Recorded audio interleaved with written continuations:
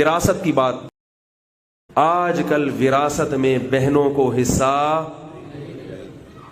بولو بھائی، ابا کا انتقال ہوا، قرآن خوانیاں ہو رہی ہیں اور معلوم نہیں کیا کیا ہو رہا ہے، دیگیں بھی، اللہ نے تو نہیں کہا کہ قرآن خوانیاں کرو بھائی، کسی بھی طرح سے ثواب پہنچا دو، میت کو پہنچ جائے گا۔ اللہ نے سب سے پہلا حکم کیا دیا؟ للرجال نصیب مما اکتسبوا، فرمایا یوصیکم اللہ فی اولادکم للذکر مثل حظ الانثیین، باپ جب مر جائے تو اللہ کی وصیت ہے کہ بیٹے کو دگنا دو اور بیٹی کو اس کا آدھا دو۔ بھائی کیا کرتے ہیں؟ یار وہ ہماری بہنیں ہیں، ان کو کیا ضرورت ہے، ان کے جہیز پہ ہم نے اتنا دے دیا تھا، ہمیں زیادہ ضرورت ہے، ہمیں گھر چلانا ہے، ہمیں یہ کرنا ہے، ہمیں وہ کرنا ہے۔ تو یہ کس کو مشورہ دے رہے ہیں؟ اللہ کو مشورہ دے رہے ہیں کہ اللہ تو نے خام خامے بہنوں کا حصہ ڈال دیا، ہماری بہنوں کو تو ضرورت ہی نہیں۔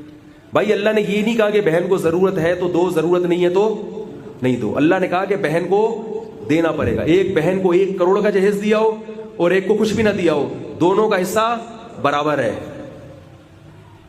لیکن جائیداد تقسیم نہیں کرتے، مائیں رکاوٹ ڈالتی ہیں، جب تک میں زندہ ہوں میرے میاں کی پراپرٹی کو ہاتھ، اور پھر عورتیں، خاندان کی عورتیں تانے دیتی ہیں ابھی کفن میلا نہیں ہوا اور جائیدادیں بٹنا شروع کر دیں، اس کی روح کو تکلیف پہنچا رہے ہو۔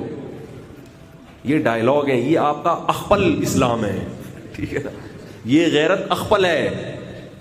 بھائی ابا کا وہ رہا نہیں ہے، مردہ کسی چیز کا مالک نہیں ہوتا، اگر وہ ابا کا ہوتا تو ابا کے ساتھ ہی لے جاتے نا اس پراپرٹی کو۔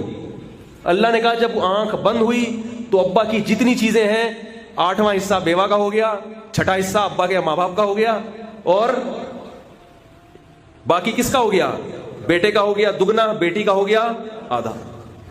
تقسیم ہی نہیں کرتے، اور تقسیم اگر کوئی کرتا بھی ہے 20 سال کے بعد جا کے، 20 سال تک جو آپ اس کا حصہ کھاتے رہے ہو، اس کا کیا قیامت میں حساب نہیں دینا پڑے گا؟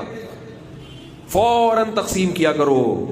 باپ کے مرنے کے بعد اس کے پیسوں سے صدقات و خیرات، یہاں علماء بیٹھے ان سے پوچھ لیں، ان کے پیسوں سے صدقات و خیرات حرام ہے، اس کو تقسیم کرنا پڑے گا، جس کے حصے میں آ جائے اس کی اپنی مرضی، پھر ابا کے لیے صدقہ جاریہ کرے نہیں کرے وہ اس کی مرضی ہے، آپ اس کے پیسے کو ہاتھ، بولو بھائی، نہیں لگا سکتے۔ حتیٰ کہ کسی کا انتقال ہوا، اس کی بیوی کے پیٹ میں بچہ ہے، 1 دن کا بچہ ہے، حمل ابھی پیدا ہوا ہے، اس حمل کا بھی حصہ ہے شریعت میں۔